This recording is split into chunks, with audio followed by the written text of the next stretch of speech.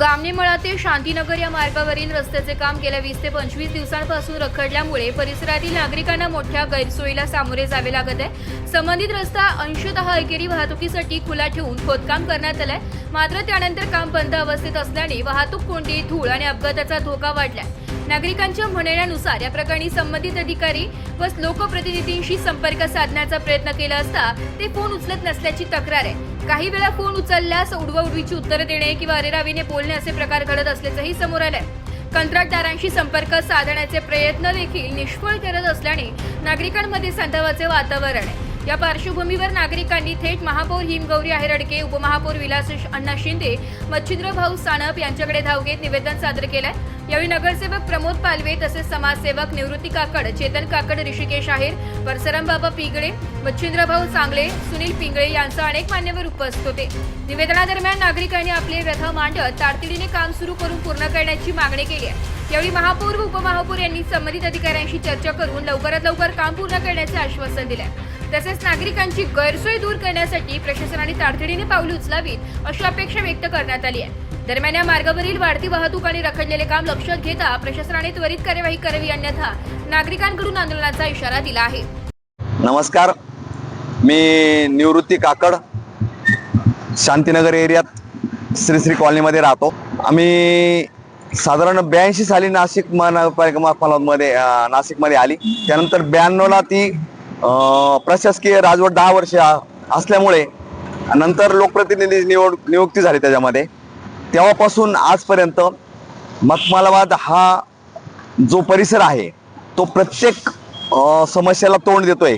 त्याच्यामध्ये आमच्याकडनं जे काही टॅक्सेस वगैरे जे जात आहे सगळे ते इतके अतिप्रमाणात आहे आणि आम्हाला ज्या सुविधा मिळत आहे त्याचं जर तुलना केली तर त्या नगण्यपेक्षा नगण्य आहे। ह्या मेन रोड 30 मीटरचा असून तुम्ही 50 फूट जरी मध्ये गेले तरी कॉलनी रस्ते झालेले नाही। आमच्याकडे पाण्याची खूप मोठी समस्या आहे। आता आम्ही जिथं उभे आहे हा कुंभच्या याच्यातला हा रस्ता पकडलेला असं त्यांचं म्हणणं आहे, परंतु हा रस्ता 1 महिन्यापासून खोदून ठेवला आणि त्याचं काम तेव्हापासून बंदच आहे।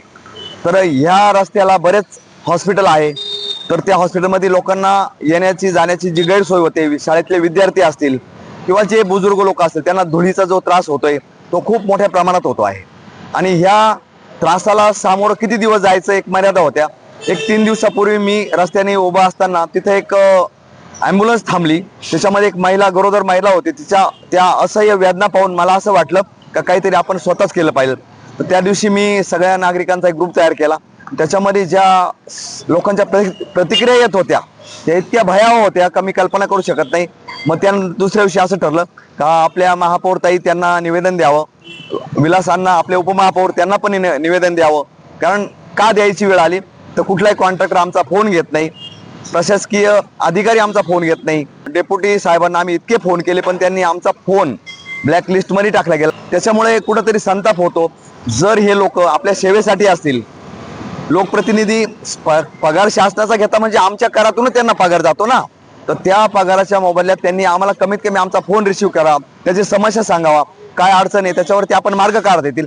परंतु कोणी आमच्याकडं बिलकुल दुर्लक्ष करताय आणि ह्या रस्त्याची समस्या कधीपर्यंत सुटेल हे आम्हाला आजपर्यंत कळायला नव्हतं। म्हणून आम्ही गेलो, त्यांनी तातडीनं डेप्युटी साहेबांना बोलून घेतलं मॅडमनी आणि अण्णांनी। त्यानंतर त्यांनी सांगितलं का असं असं, मग कॉन्ट्रॅक्टरला फोन केला, त्यांनी तातडीनं काम सुरू करतो असं आम्हाला ग्वाही दिली। पण मला आजही वाटतं का माझं काम आजही सुरू नाहीये। कुठेतरी काहीतरी धुळीसाठी कुठेतरी एक टँकर येतो, थोडं पाणी मारलं जातं, त्यानंतर परत 8 दिवस टँकर गायब होतो, समाधान केलं जातं खोटं खोटं।